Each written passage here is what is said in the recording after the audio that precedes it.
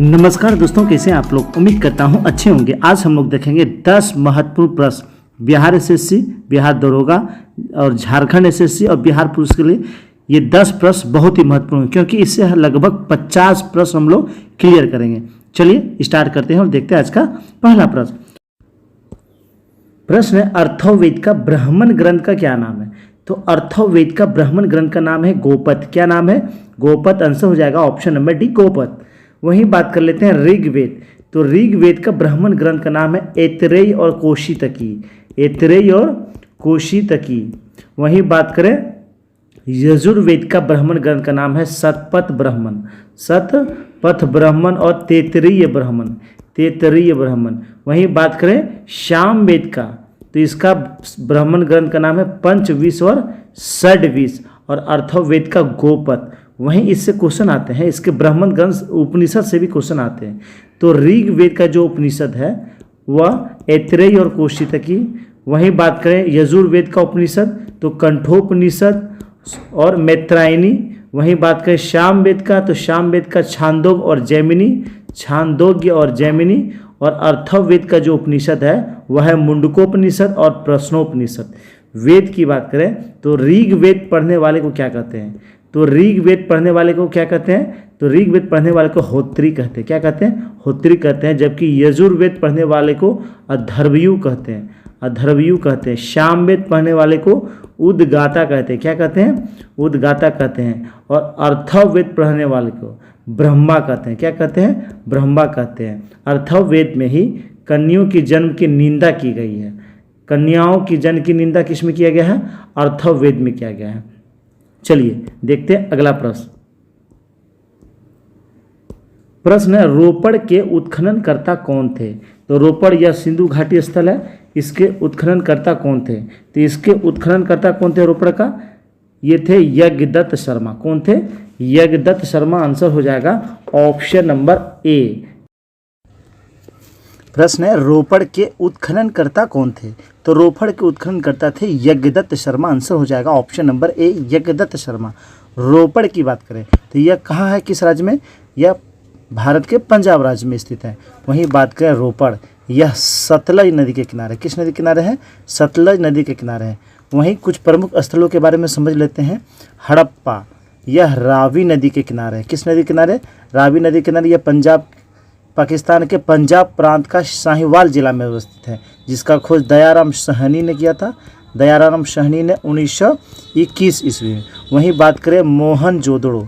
मोहनजोदड़ो यह सिंधु नदी के किनारे है। सिंधु नदी किनारे है, पाकिस्तान के सिंध प्रांत के लरकाना जिले में अवस्थित है, जिसका खोज राखल दास बनर्जी ने किया था 1922 ईस्वी में। वहीं बात करें कालीबंगन। कालीबंगन, तो कालीबंगन यह जो है घग्गर नदी के किनारे है। घग्गर नदी के किनारे है और यह राजस्थान के हनुमानगढ़ जिले में स्थित है। राजस्थान के हनुमानगढ़ जिले में स्थित है। और इसका जो उत्खनन करता थे वह थे अमलानंद घोष। वहीं बात करें लोथल, यह एक बंदरगाह था सिंधु घाटी सभ्यता का, जिसका उत्खनन करता कौन थे। तो लोथल का उत्खनन करता थे रंगनाथ राव। रंगनाथ राव इसके उत्खनन करता थे। और यह जो लोथल है यह भोगवा नदी के किनारे अवस्थित है और भारत के गुजरात राज्य में अवस्थित है। वहीं बात करें धोलावीरा, यह भी जो है गुजरात में अवस्थित है धोलावीरा। और यह किस नदी के किनारे है? लूनी नदी के किनारे है। लूनी नदी के किनारे है। वहीं बात करें आलमगीरपुर, यह हिंडन नदी के किनारे यूपी में अवस्थित है। और वहीं बात करें सिंधु घाटी सभ्यता, तो इसका आकार कैसा था? तो इसका आकार त्रिभुजाकार था। कैसा था?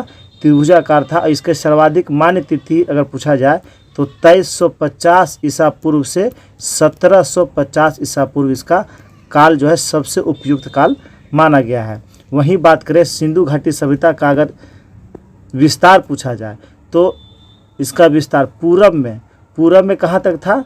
तो आलमगीरपुर तक था। आलमगीरपुर यह हिंडन नदी के किनारे है। वहीं बात करें पश्चिम में, तो पश्चिम में इसका कहाँ तक था? सुतकुद्दा गेडोर जो बलूचिस्तान में है और यह दास्क नदी के किनारे अवस्थित था। वहीं बात करें उत्तर, तो उत्तर में इसका विस्तार था कहाँ? तो इस उत्तर में इसका विस्तार था मांदा जो जम्मू कश्मीर में अवस्थित है। और यह चिनाब नदी के किनारे अवस्थित था। और इसका दक्षिण में विस्तार था दैमाबाद। दैमाबाद जो महाराष्ट्र में है और यह गोदावरी नदी के किनारे अवस्थित था। चलिए दोस्तों देखते हैं अगला प्रश्न। प्रश्न है संगम काल में द्वितीय संगम का आयोजन कहाँ हुआ था? तो संगम काल में जो द्वितीय संगम हुआ था वह कपाटपुरम में हुआ था। कहाँ हुआ था? कपाटपुरम में। आंसर हो जाएगा ऑप्शन नंबर बी, कपाटपुरम। वहीं तीनों संगम की बात करें तो समझ लेते हैं। प्रथम जो संगम हुआ था वह हुआ था मदुरई में। कहाँ हुआ था? मदुरई में हुआ था प्रथम संगम, और इसकी जो अध्यक्षता किया था अगस्त मुनि ने किया था। किसने किया था? अगस्त मुनि ने इसकी अध्यक्षता किया था। वहीं बात करें दूसरा, तो दूसरा कपाटपुरम में हुआ था, जिसकी अध्यक्षता भी किया था अगस्त ऋषि ने। किसने किया था?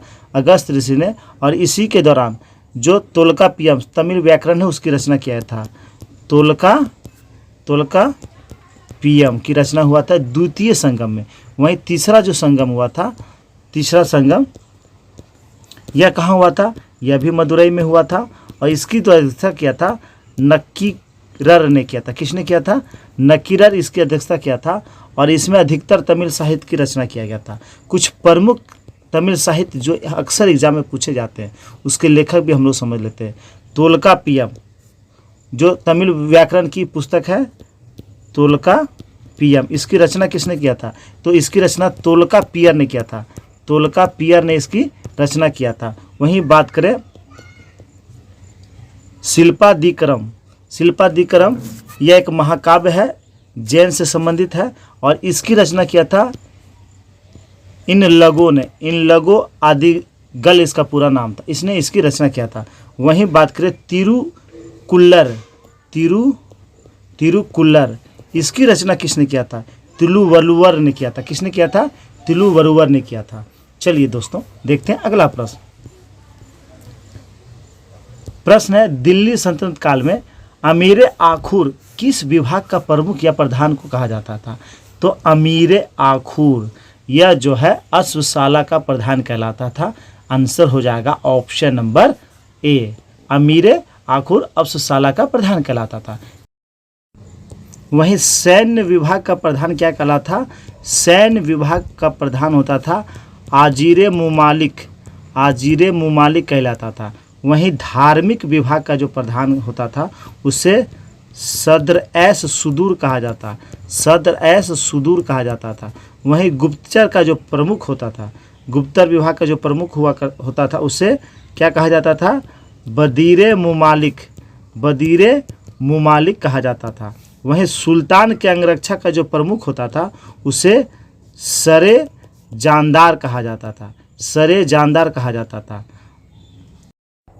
वहीं सैन्य विभाग का जो प्रधान होता था, प्रमुख होता था, उसे कहा जाता था आरिजे मुमालिक, आरिजे मुमालिक कहा जाता था। वहीं दान विभाग, एक दान विभाग था दीवाने खैरात, क्या था? दीवाने खैरात। वहीं दीवाने बंदगान वह दास विभाग था, और दीवाने इस्तिकहाक यह पेंशन विभाग था। क्या था? पेंशन विभाग था। वहीं बात करें दीवाने मुस्तखराज यह वित्त विभाग था, अलाउद्दीन खिलजी के द्वारा स्थापित किया था। कौन सा? तो अलाउद्दीन खिलजी के द्वारा दीवाने मुस्तखराज।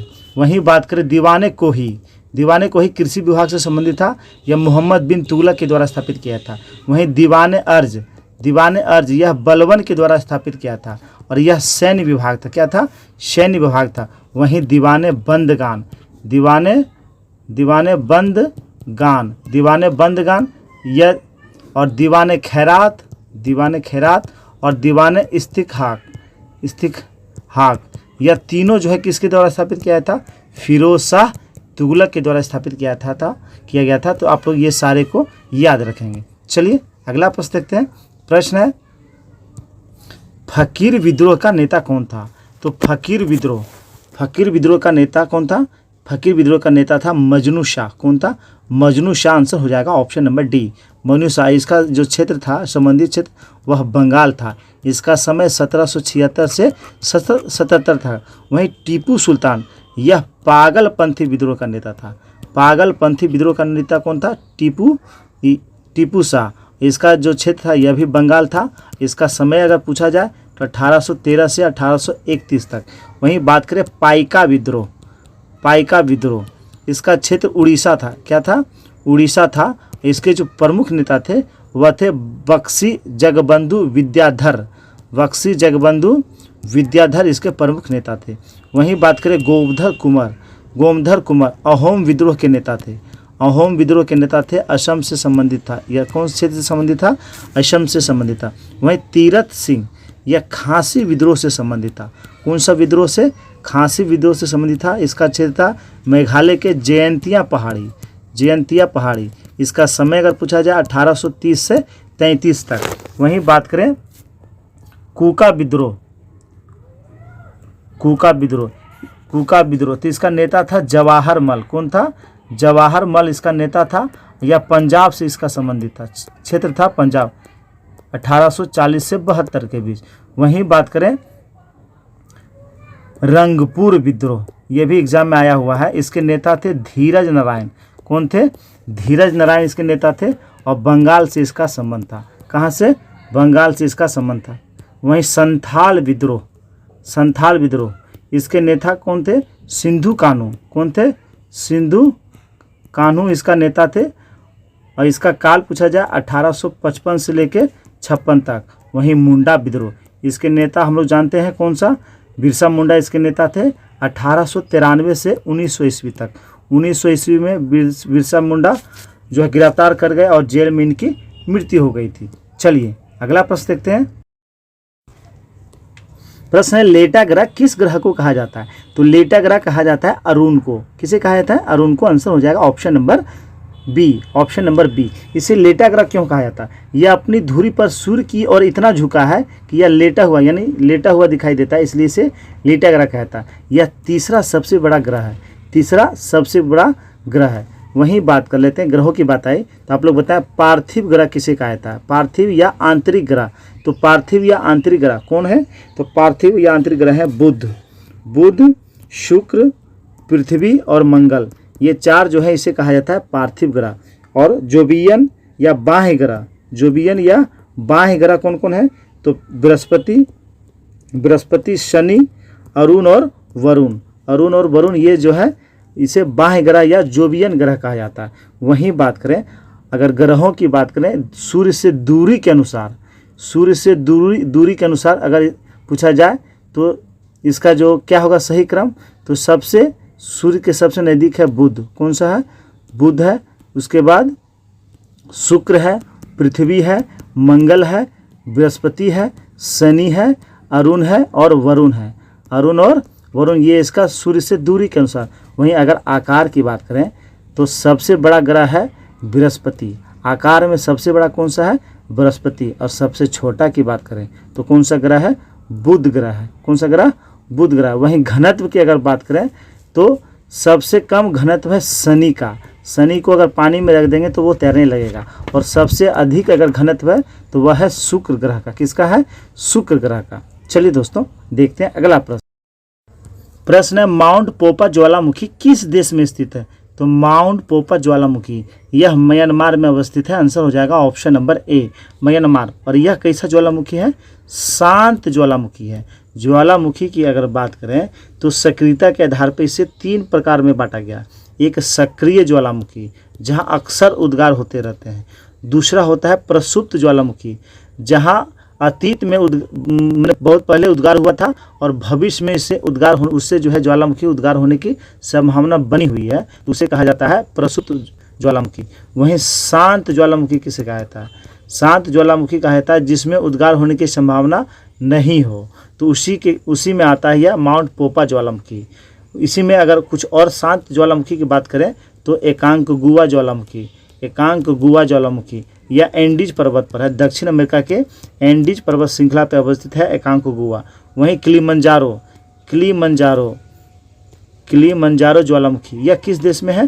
तंजानिया में अवस्थित है। ये तीनों जो है कैसा ज्वालामुखी है? शांत ज्वालामुखी। वहीं कुछ सक्रिय ज्वालामुखी हम लोग देख लेते हैं।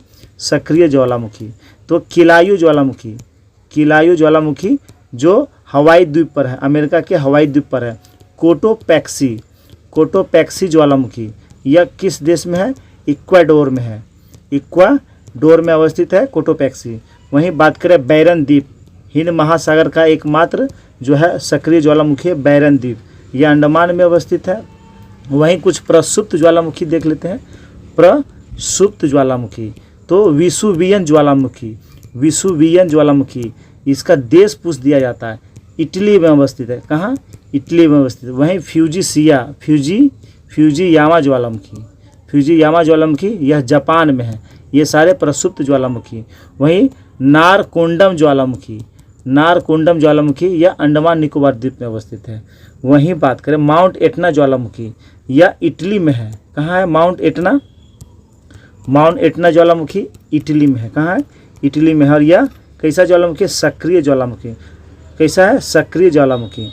वहीं बात करें चिली और अर्जेंटीना की सीमा पर स्थित एक ज्वालामुखी जो विश्व का सबसे ऊंचा सक्रिय ज्वालामुखी है, वह कौन सा ज्वालामुखी है? उसका नाम है Ojos del Salado, Ojos del Salado. यह विश्व के सबसे अधिक ऊंचाई पर स्थित सक्रिय ज्वालामुखी है। चलिए अगला प्रश्न है, खमसिन किस देश का स्थानीय पवन का नाम है? तो खमसिन यह किस देश का स्थानीय पवन का नाम है? तो खमसिन यह मिस्र का स्थानीय पवन का नाम है। आंसर हो जाएगा option number D, option number D. इससे तो हर एक एग्जाम में प्रश्न आते हैं, तो पूरा हम लोग समझ लेते हैं। चिनूक जो पवन है यह रॉकीज पर्वत वाले क्षेत्र में आते हैं, और यह चिनूक यह अमेरिका और कनाडा संबंधित क्षेत्र है, अमेरिका और कनाडा। शांता आना कैलिफोर्निया और अमेरिका से संबंधित स्थानीय पवन है। वहीं हरमटन इससे तो हमेशा क्वेश्चन बनते हैं। हरमटन जिसे डॉक्टर हवा कहा जाता है, इसका जो क्षेत्र है वह है पश्चिम अफ्रीका। कौन सा क्षेत्र है? पश्चिम अफ्रीका इसका क्षेत्र है। वहीं बात करें सिराको जो स्थानीय पवन है, सिराको इसका जो क्षेत्र है वह सहारा रेगिस्तान से भूमध्य सागर की ओर बहती है। इसे ही इटली में क्या कहा जाता है? सिराको को इटली में रक्त वर्षा कहा जाता है। क्या कहा जाता है? रक्त वर्षा कहा जाता है सिराको को इटली में। वहीं बात करें लू, तो उत्तर भारत और पाकिस्तान वाला क्षेत्र में हबूब कहाँ का स्थानीय पवन है? तो यह सूडान का है। कहाँ का? सूडान का। कहाँ का? सूडान का है। वहीं बात करें गिलबी जो स्थानीय पवन है यह नाम है लीबिया में। कहाँ? लीबिया में। वहीं बात करें जोंडा जो स्थानीय पवन है यह अर्जेंटीना में, इसका जो क्षेत्र है अर्जेंटीना इसका क्षेत्र है। वहीं बात करें एक और एग्जाम में आता है, वह है ब्रिक फील्डर। यह कहाँ का स्थानीय पवन है? यह ऑस्ट्रेलिया का स्थानीय पवन है। कहाँ का? ऑस्ट्रेलिया का। चलिए देखते हैं अगला प्रश्न है, होन्शो द्वीप किस देश या महासागर में स्थित है? तो होन्शो जो द्वीप है यह जापान का सबसे बड़ा द्वीप है, और यह प्रशांत महासागर, हम लोग जानते हैं जापान कहाँ अवस्थित है? प्रशांत महासागर में। आंसर हो जाएगा ऑप्शन नंबर ए, ऑप्शन नंबर ए, जापान और प्रशांत महासागर में। वहीं बात करें न्यू गिनी जो द्वीप है यह कहाँ अवस्थित है? यह पपुआ न्यू गिनी और इंडोनेशिया के क्षेत्र में अवस्थित है, और यह भी प्रशांत महासागर में अवस्थित है। कहाँ अवस्थित है? प्रशांत महासागर में। वहीं सुमात्रा जो द्वीप है, सुमात्रा यह इंडोनेशिया में है। इसी पे उसकी राजधानी थी कौन सा? जकार्ता, जो अब जो है दूसरी जगह शिफ्ट हो रही, इंडोनेशिया, और यह प्रशांत महासागर में है। वहीं बात करें जावा सुमात्रा, ये दोनों जो है इंडोनेशिया का है, और जावा यह कहाँ है? तो यह हिंद महासागर का जो द्वीप है। कहाँ? हिंद महासागर का द्वीप है। वहीं बात करें विक्टोरिया जो है, विक्टोरिया द्वीप यह कहाँ है? कनाडा में अवस्थित है, आर्कटिक महासागर में। ग्रीनलैंड सबसे बड़ा द्वीप है, ग्रीनलैंड डेनमार्क के अधिकार क्षेत्र में आता है, और यह आर्कटिक महासागर में अवस्थित है। कहाँ? आर्कटिक महासागर में। एग्जाम में क्वेश्चन आया था लूजन जो द्वीप है, लूजन द्वीप, यह इसी पर मनीला जो है, फिलीपींस की जो राजधानी मनीला है, यह इसी लूजन द्वीप पर अवस्थित है। तो इसका क्षेत्र हो गया फिलीपींस में है, और यह प्रशांत महासागर में इसकी स्थिति है, प्रशांत महासागर में। वहीं क्यूबा जो है, क्यूबा यह एक द्वीप है जो एक देश भी है, और यह कैरेबियन सागर में अवस्थित है। कहाँ अवस्थित है? कैरेबियन सागर में अवस्थित है। वहीं फॉकलैंड द्वीप, फॉकलैंड जो द्वीप है यह ब्रिटेन के अधिकार क्षेत्र में आता है, अटलांटिक महासागर में अवस्थित है। कहाँ अवस्थित है? अटलांटिक महासागर में अवस्थित है। चलिए देखते हैं आज का अंतिम प्रश्न। प्रश्न है, इनमें से कौन बाल्टिक देश का हिस्सा नहीं है? तो एस्थोनिया, लिथुआनिया और लातविया, ये तीनों देश बाल्टिक देश का हिस्सा है। सोमालिया नहीं है। आंसर हो जाएगा option number D, Somalia Baltic देश का हिस्सा नहीं है। वहीं बात करें स्कैंडिनेवियाई देश, तो स्कैंडिनेवियाई देश में मुख्य रूप से 3 देश आते हैं, नॉर्वे, स्वीडन और फिनलैंड। नॉर्वे, स्वीडन और फिनलैंड आते हैं स्कैंडिनेवियाई प्रायद्वीप में। वहीं भाषा के आधार पर इसमें आइसलैंड और डेनमार्क को शामिल किया जाता है। वहीं बात कर लेते हैं बाल्कन देश। बाल्कन देश में कौन कौन आते हैं? तो Serbia, Montenegro, Bulgaria, Romania, Albania, Greece, Slovenia, Croatia, Bosnia, Macedonia और कोसोवो, ये सारे बाल्कन कंट्री में आते हैं। वहीं बात करें ग्रेट ब्रिटेन, तो ग्रेट ब्रिटेन में कौन कौन देश आते हैं? इसमें 3 देश को मिला के ग्रेट ब्रिटेन आता है, इंग्लैंड, स्कॉटलैंड और वेल्स। इसी में जब उत्तरी आइलैंड को ऐड कर देते हैं तो वह यूनाइटेड किंगडम यानी यूके कहलाता है। तो इसे भी आप लोग ध्यान में रखेंगे। दोस्तों ये था 10 महत्वपूर्ण प्रश्न जो सभी एग्जाम के लिए महत्वपूर्ण है। 10 प्रश्न सभी एग्जाम के लिए महत्वपूर्ण है। तो आप लोग पूरा वीडियो देखिए, निश्चित है आपको हर एक एग्जाम में इससे फ़ायदे होंगे। तो पूरा वीडियो आप लोग देखिएगा। वीडियो अगर अच्छा लगा हो तो लाइक कर देंगे, सब्सक्राइब कर देंगे और अपने अपने ग्रुप में शेयर कर देंगे। धन्यवाद।